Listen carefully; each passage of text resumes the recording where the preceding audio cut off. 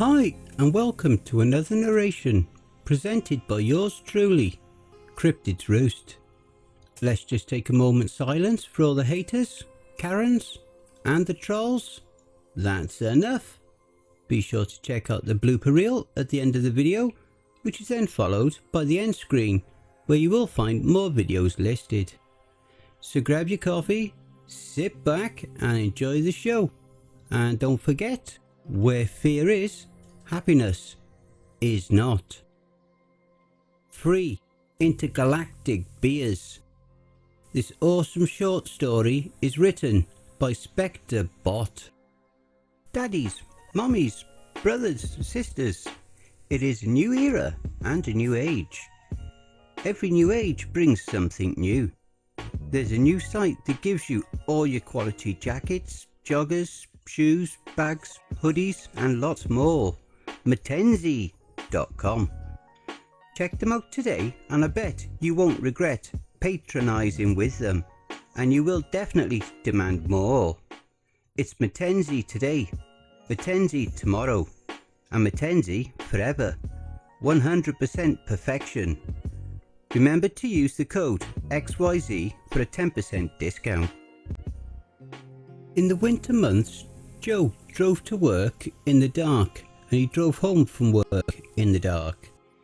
The monotony of this back and forth was shared only with the stars above, which seemed to tease him with promises of more. As far as Joe could tell, more didn't exist. The stars were out of reach. All he had was a dark commute and a warm bed to come home to.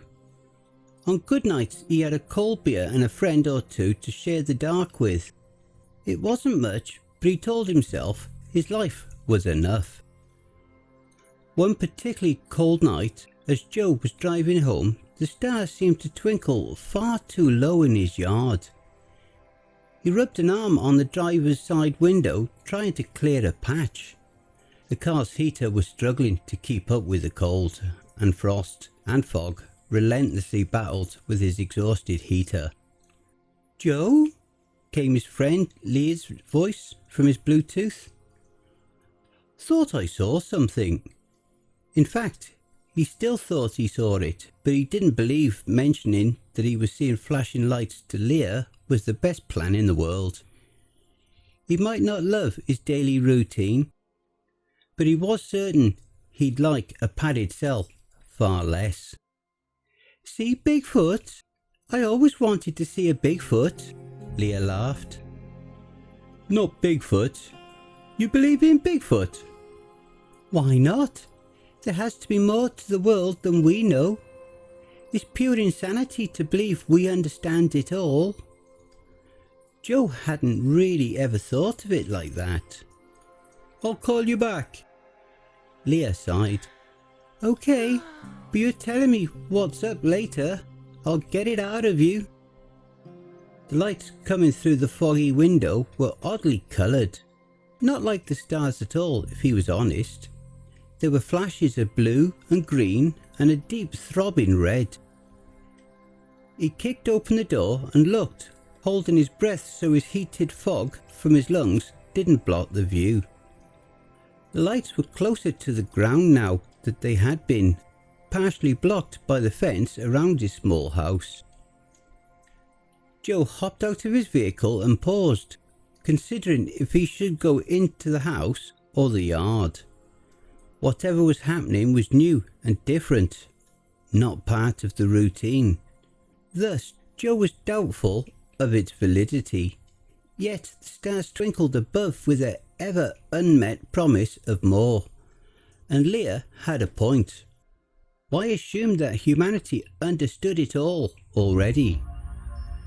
Maybe this was the night the stars delivered on their promise. If he didn't look, he'd never know.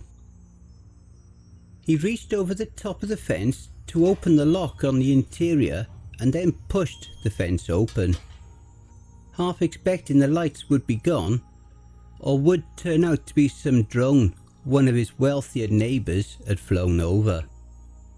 Instead, he found a metal object just larger than a child's plastic pool. Lights ran around its rim flashing at seemingly random intervals. The light stopped the moment he entered the yard, now giving off a steady white light. The circular object was on the ground, tilted with one side wedged into the grass. The dirt beneath had been pushed up into a mound, lifting that side of the object so it was level with his chest. It looked like a flying saucer. Now he was happy he hadn't mentioned anything to Leah. She was willing to believe in Bigfoot, but in aliens crash landing in Joe's backyard? Doubtful. Things like that didn't happen to people like Joe. He'd need proof. Carefully, Joe crept closer. He held his hands out. No heat came off the space metal, so he set his palms onto the metal and felt at the seams. After several minutes of investigation, he found no evidence of a door or windows. He circled back around to where he started, biting down on his lip. A hiss of air emitted from the saucer. Joe jumped back. His foot snagged on a dip in his poorly maintained yard and he fell back onto his butt. A panel on the saucer rose, revealing a compartment inside was a cooler. It was clearly a cooler, though Joe didn't know why aliens would have coolers. If they could define space travel, surely they'd have a better way to store sandwiches and drinks for their outings. Nevertheless, it was a cooler. Joe stood up, rubbing at his aching backside. The cooler was not alone. Behind it stood a minibar fully stocked with bottles and cans. He didn't recognize any of them. In fact, the writing on the front looked blurry, as if it hadn't fully decided what to be yet. Tentatively, Joe reached out and picked up a can. The symbols on the front of the can blurred further and spun at a dizzying rate until they settled into clear English writing. He glanced at the other cans and bottles. They still were clearly not in English. It's self-translated, he thought. Now that's what he imagined the tech of universe-travelling aliens to be. The can was cool. Not the best feeling on a cold night. It made Joe want to light a bonfire and sit and drink. He used to do that before he worked so much. The can read, "Tasty beer." Not the most inventive, but he supposed if it was going to be translated across a ton of languages, then clarity might be the most important factor. And tasty beer was a very clear name. Joe turned the can in his hand. The nutrition facts were displayed in a table just like he was used to, but the numbers refused to settle into anything that made sense. Was that because the can couldn't translate, or because it didn't want to? His eyes were drawn to another set of numbers. Batch creation date 140 MYA. What did that even mean? Luckily his smartphone would know. He pulled it out in his free hand and checked. That would plant this being created in the Cretaceous period along with the dinosaurs.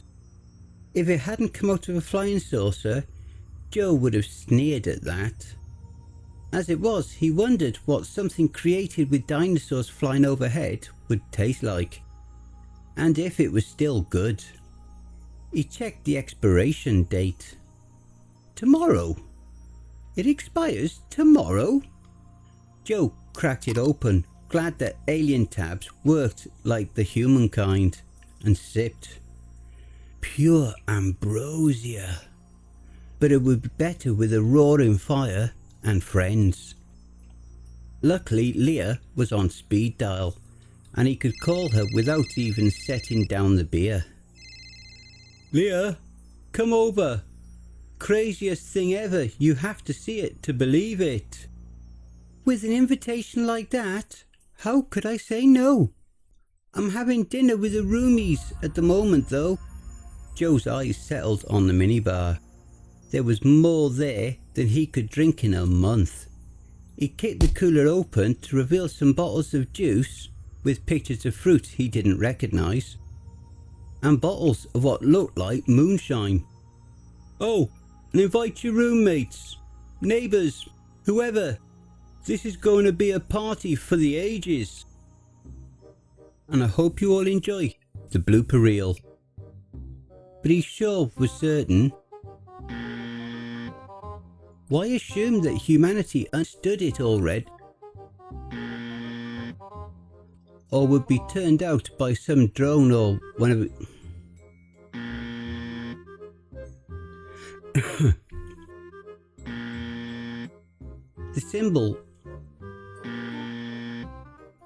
The symbols on the front of the can blurred. The nutritional that would plant this. Hey family, please be so kind as to punch the like button and smack the ass of the subscription button as well. And remember to chokehold that notification bell and then select all. That way you'll receive all notifications each time I upload a new video. And by subscribing you'll be the first to see all of our new spooky creepypasta stories. A very big thank you to Spectre Bot for allowing me to narrate this awesome story. Make sure to check out Spectre Bot's Reddit page for more brilliant stories as well. Also be sure to check out the Spectre Bot playlist here for more of their stories that I may have already narrated. I would just like to say a very big thank you to all of the authors that I have worked with and all the ones that I will work with in the future. So thank you all, my brothers and sisters. And why not hashtag cryptidsroost in the comments. A quick thank you to all my Cryptids Roost community family too. We are now well on our journey to 1,000 subscribers. So please spread the word and help us to grow and expand. If you would like to support the channel and help make us grow, you can buy me a coffee with your donations, big or small, to buymeacoffee.com. You can also support us at Ko-Fi and BitChute. You can also follow us via our Facebook group, Twitter and Instagram. You can support us, donate via paypal.me/cryptidsroost as well. All relevant links will be below. And don't forget to check out the end screen, see above. That will also list some more videos in my back catalogue. Take care everyone, and I hope you all have a wonderful and peaceful night. And don't forget, where fear is, happiness is not.